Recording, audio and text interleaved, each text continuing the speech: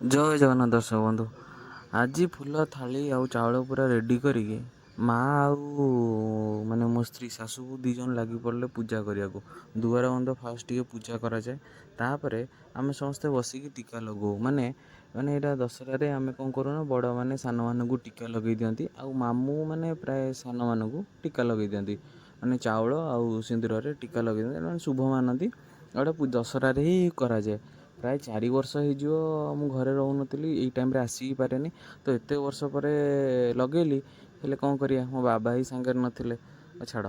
ତାପରେ ସମସ୍ତେ ଆମେ ଟୀକା ଲଗେଇଲୁ, ଛୁଆମାନେ ବି ଟୀକା ଲଗେଇଲେ। ତାପରେ ଟୀକା ଲଗେଇ ସାରିଲା ପରେ ଭାଇ କହିଥିଲେ, ବଡ଼ ଭାଇ କହିଥିଲେ ଯେ ଅଫିସ୍ ଯିବା ଲାଗି, କାହିଁକିନା ତାଙ୍କ ଅଫିସ୍ରେ ପୂଜା ହେଉଥିଲା। ସେ କହିଥିଲେ ଅଫିସ୍ ଯିବା ଲାଗି। ସବୁ ମାନେ ତାଙ୍କର ଷ୍ଟାଫ୍ ମାନେ ୱାର୍କର ମାନେ ତାଙ୍କର ଆଜି ଦଶହରାରେ ଗାଡ଼ି ପୂଜା ହୁଏ, ତ ଆମେ ସେଠିକି ଯିବା ଲାଗି କହିଥିଲେ। ତାପରେ ଆମେ ଯାଇଥିଲୁ ଭାରି ଅଫିସ୍। ଲୁଡ଼ୁଲ ପୁପୁଲ 2 ଜଣ ଯାକ ମୋ ସହିତ ଯାଇଥିଲେ। ସେଠି ପହଞ୍ଚିଲା ବେଳକୁ ସବୁ ଭୋଗ ଫୋଗ ସବୁ ରେଡ଼ି ହେଇଗଲା, ନନା ଆସିକି ପୂଜା ଷ୍ଟାର୍ଟ କରିଦେଲାଣି। ପୂଜା ସେଇଠୁ ପୁଣି ଆଟେଣ୍ଡ କରିକି ଛୁଆଗୁଡ଼ାକୁ ଘରେ ଛାଡ଼ିକି ମୋତେ ଯିବାର ଥିଲା ସିଡ଼ିଏ। ତାପରେ ମୁଁ ବାହାରି ଯାଇଥିଲି ସିଡ଼ିଏ ଭଉଣୀ ଘରକୁ। ସେଠି ଛୁଆମାନେ ପୁରା ରେଡ଼ି ହେଇଥିଲେ। ତାପରେ ମୁଁ ଦିଦିଙ୍କୁ ନେଇକି ପଳେଇ ଆସିଥିଲି। ତାପରେ ଭଣଜା ଆଉ ମାନେ ଭଣଜା ବୋଉ ଆଉ ତାଙ୍କ ପୁଅ, ସିଏ ସବୁ ଗୋଟେ ଗାଡ଼ିରେ ଆସିଥିଲେ ପଛରେ। ତାପରେ ଆଜିର ବ୍ଲଗ୍ଟି ଏତିକି ସାଙ୍ଗମାନେ, ରଖୁଛି। ଆଉ ବ୍ଲଗ୍ କେମିତି ଲାଗିଲା କହିବେ। ଆଉ ଆପଣଙ୍କର ବି ଏମିତି ଯଦି ପୂଜା ପର୍ବାଣି ପାଳନ କରନ୍ତି ତାହେଲେ କମେଣ୍ଟରେ ନିଶ୍ଚୟ ଜଣାଇବେ। ରହିଲି, ଜୟ ଜଗନ୍ନାଥ।